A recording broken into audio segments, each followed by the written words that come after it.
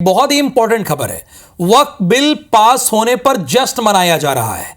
मुस्लिम समाज के लोगों ने जश्न मनाया है। देश भर में मुस्लिम समाज के लोग जश्न मना रहे हैं। अब आपको हम दो तस्वीरें दिखाते हैं।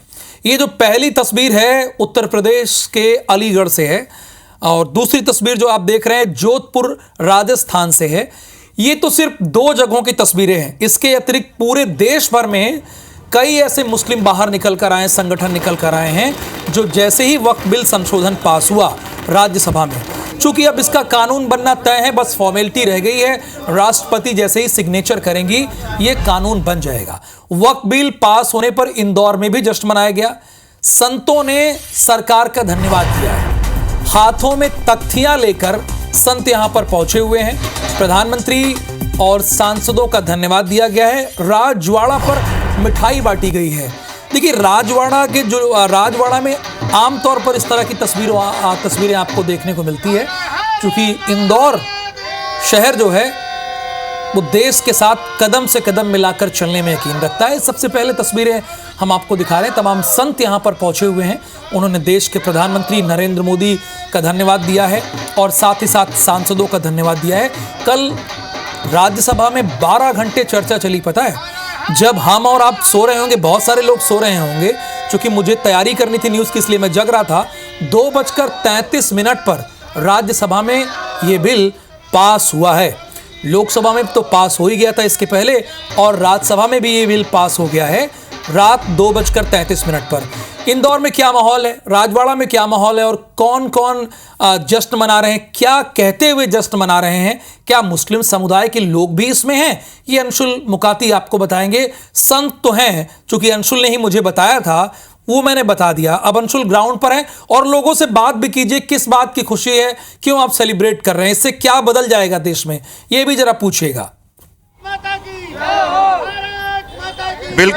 बिल्कुल राहुल, आपको बता दूं कि अभी हम राजवाड़ा पर हैं और राजवाड़ा पर संत जो है वो पहुंचे हैं। यहाँ पर प्रधानमंत्री और सभी सांसदों का जो है वो धन्यवाद किया जा रहा है। संत समाज हाथों में तख्तियां लेकर के पहुंचा है और उस पर लिखा गया है कि वक्फ बोर्ड जो है वो भ्रष्टाचार था, जिसे अब शिष्टाचार में बदल दिया गया है और इसी का जश्न जो है वो राजवाड़ा पर मनाया जा रहा है। संत जो है वो यहाँ पर मिठाई भी बांट रहे हैं, नारे भी लगा रहे हैं, साथ ही राजवाड़ा पर पटाखे जो है वो भी फोड़े जा रहे हैं, क्योंकि राज्यसभा में कल जिस तरह से बहस चली उसके बाद देर रात इसे पास कर दिया गया और इसी के बाद अब संत समाज मोदी जी का धन्यवाद करने के लिए यहाँ पर आया है। संत बड़ी संख्या में यहाँ पर एकत्रित हुए हैं। महाराज जी, आप यहाँ पर पहुँचे हैं, क्या धन्यवाद कर रहे हैं आप मोदी जी का? जो लोकसभा और राज्यसभा में माननीय प्रधानमंत्री जी के नेतृत्व में गृह मंत्री जी और सभी सम्मानीय सांसदों के सहयोग से जो यह भ्रष्टाचार, करप्शन और भूमाफिया बोर्ड जो संशोधन हुआ है, वह उससे संत समाज में, पूरे भारत में, सनातनियों में और पूरे संत समाज में एक उत्साह की लहर है कि यह हमारे मठ मंदिर और किसी भी व्यक्ति की संपत्ति को अपना बता देते थे। उसमें ना फिर कोई संशोधन होता था, ना कोई अपील होती थी। तो आज वह चीज़ खत्म हो गई है। अब दूध का दूध, पानी का पानी होगा। अगर इनने किया है तो उसकी जांच होना चाहिए, उसमें संपत्ति किसकी है उसको मिलना चाहिए। इसलिए यह करप्शन बोर्ड, ये भ्रष्टाचार बोर्ड अब शिष्टाचार बोर्ड बन गया है। कई लोगों ने विरोध भी किया था। अगर बात की जाए तो अखिलेश यादव जो है उनने विरोध किया था, कई और पार्टियों ने भी इसका विरोध किया था। देखिए, जिन पार्टियों ने विरोध किया है उनको जनता चुनाव में बता देगी कि आप दिल्ली में जाने लायक नहीं हैं, आप घर में रहने लायक ही हैं। घर में रहें और दिल्ली जो जाएगा, जो देश हित में, जो राष्ट्र हित में, जो समाज हित में कार्य करेगा, वह दिल्ली जाएगा।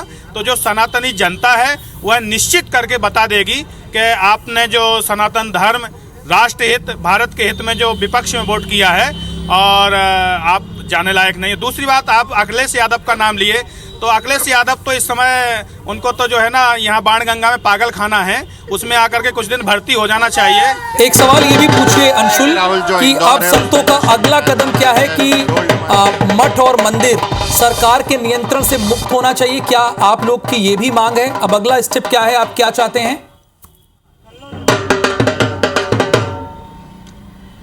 स्वामी जी, अब जो मठ मंदिर हैं वो भी सरकार के नियंत्रण में, सनातन बोर्ड की लगातार से मांग उठती है, तो क्या अब आप लोग उसके लिए भी मांग करेंगे कि मठ मंदिर जो है वो इनके नियंत्रण से बाहर? हम सदैव मांग करते आए हैं, हमारे मठ मंदिर इनके नियंत्रण में रहते हैं।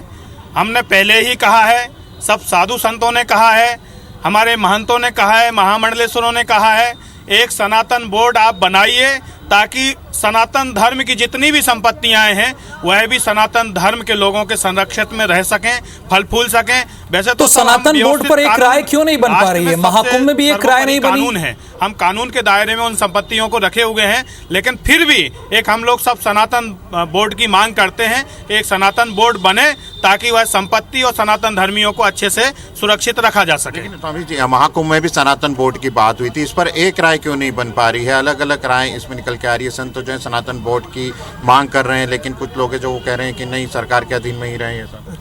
नहीं, सनातन धर्म जो है ना, सनातन धर्म सदा भव सनातनः, वो सनातन बोर्ड की मांग कर रहे हैं। सरकार का नियंत्रण मठ मंदिरों से हटना चाहिए और सनातन के मंदिर है ना, सनातन के उसमें ही रहना चाहिए।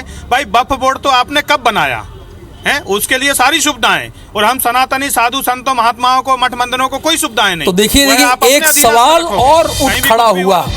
वक्फ बिल तो पास हुआ राज्यसभा में, लेकिन साधु संतों ने एक सवाल जरूर खड़ा किया है। धन्यवाद अंशुल, लेकिन आप बातचीत उनसे जारी रखिए।